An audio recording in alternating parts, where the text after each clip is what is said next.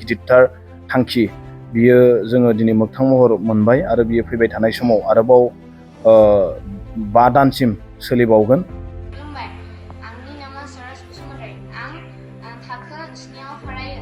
दा बसुमतारी। आं 1 2 3 फरायगोन। 1 2 3 4 5 6 7 8 9 10। खुलुमबाय, आंनि मुङा थरायना देबस्मिता बाग्लारि। आंनि गुन गायो क ख फरायनो नागिरदों।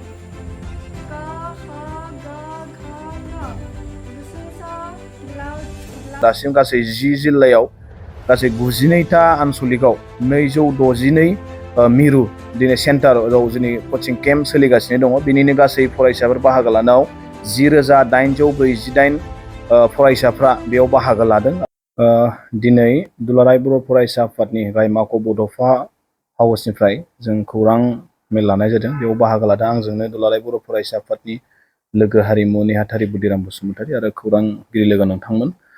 दुलाराय बर' फरायसा आफादा बड'फा मिशन फर सास्टेनेबल चेन्ज बा बड'फा गोजोरथियारि सोलायनाय मावथांखिनि गेजेरजों आसामाव थानाय गुबुन गुबुन जिल्लायाव बर' माहारिबो थानाय जायगायाव बर' राव रायलायनो रोङै फोरखौ जों बर' राव फोरोंनो थाखाय बर' राव फोरोंथाइ मिरु गायसननायनि मोनसे थांखि लादोंमोन आरो बेखौ थांनाय 1 जुन खालारनिफ्राय जों जागायदों। गासै 10 जिल्लानि 16टा मिरुआव गासै जोङो बे हाबाफारिखौ जागायदोंमोन आरो जागायनायनिफ्राय जों दिनै दान मोनसे बारबाय। दा बेयाव जों मोजां मोनसे फिथाइखौ जों मोननो हादों। दा बै जायगानि गोबां रायजो राजाफ्रा बाहागो लादों आरो बिथांमोना खोब इन्टारेस्टलि सोलोंनो गोसो जानानै बिथांमोना फैदों आरो सोलोंदों। गोबाङानो गोबां आवगायबाय, गोबां रोंबाय। दा बेनिनो दिनै मोन 16टा सेन्टाराव गासै 1203 माने बेयाव बाहागो लादों राव सोलोंनो थाखाय। दा बेखौनो जों दुलाराय बर' फरायसा आफादनिफ्राय बेयाव बाहागो लानाय साफ्रोमबो बिथांमोनखौ साबायखर बावगोन आरो जोंखौ जेब्लाबो बिदिनो हेफाजाब होलांबाय थागोन जों बेखौ मिजिंथिदों। आरो दुलाराय बर' फरायसा आफादनि जे मोनसे गिदिरथार थांखि बियो जोङो दिनै मोगथां महर मोनबाय आरो बियो फैबाय थानाय समाव आरोबाव 5 दानसिम सोलिबावगोन। दान मोनसेयाव जों गोबां आवगायनाय बेखौ जों मोनबाय आरो दान मोनबा दंबावो। बेयाव जों आसा खालामदों बेयाव कमप्लिटलि जोंनि जि थांखि बियो जाफुंसार जाहैगोन।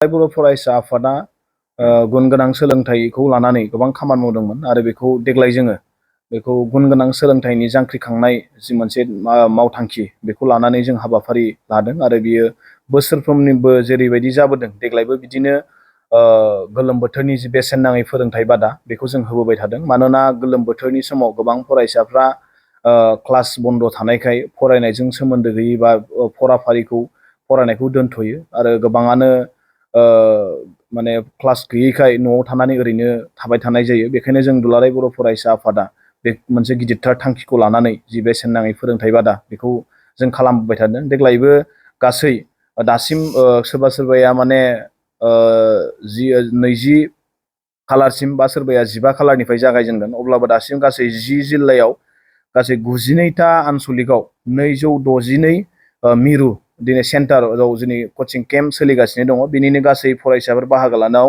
10,848 फरायसाफ्रा बेयाव बाहागो लादों आरो बे जोंनि मोनसे गिदिरथार जाफुंसारनाय।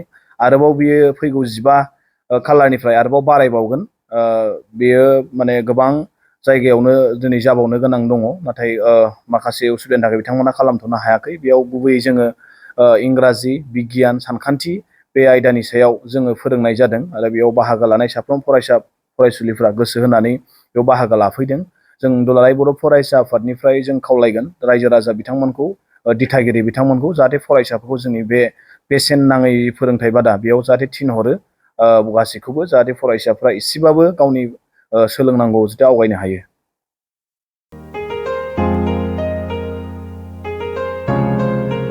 मोनसे फोसावथाय नोंथांमोननि थाखाय मोनसे गोजोनथाव खौरां लानानै फैदों।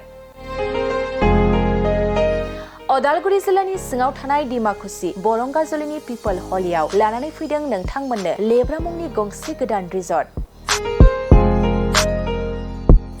नोंथांमोना बे लेब्रा मुंनि गंसे गोदान रिजर्टखौ तामुलपुर रडनिफ्राय फैब्ला सुख्लाय ब्रिजनि आगदा आरो अदालगुरि रडनिफ्राय फैब्ला सुख्लाय ब्रिजनि सिगाङाव आगसिथिंजाय मोननो हागोन। लेब्रा मुंनि गंसे गोदान रिजर्टआ नोंथांमोननो गोसोबायदि सुबिदा खालामनानै होनाय जादों। नोंथांमोना बे लेब्रा रिजर्टआव बर'नि गासै जाग्रा जामुंखौनो मोननो हानायजों लोगोसे बेवहाय नोंथांनि सुबिदा बायदि अर्डार खालामनानै जानो हागोन। जुदि नोंथांमोना तामुलपुरनिफ्राय अदालगुरिसिम थांनाय समाव ओंखामजों लोगोसे बायदिसिना जालांनो गोसो दंब्ला नैबे 8638879656 जानबुं नम्बराव कल खालामनानै सिगांग्रो अर्डार खालामहरनो हागोन।